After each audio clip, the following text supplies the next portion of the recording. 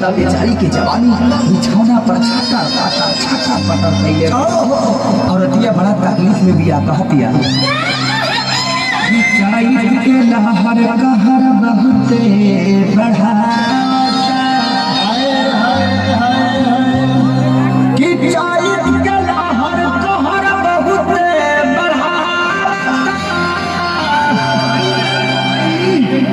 कि चढ़ी जवानिया में अगिया लगावता ई न जाता कहूँ तो परदेशवा में काटता रचा अभी गढ़ता मन जब खेसरिया चैत गाता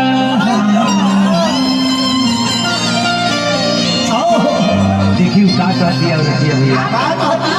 कि घाम लगता रे राजा एगो छाता हरी घाम लगता कि घाम लगता रे राजा घाम लगता आखिर काठी में घाम लगता रे राजा घाम लगता घाम लगता रे राजा घाम लगता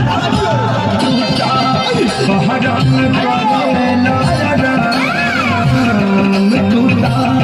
बहरन करे लारा जैत में हमरा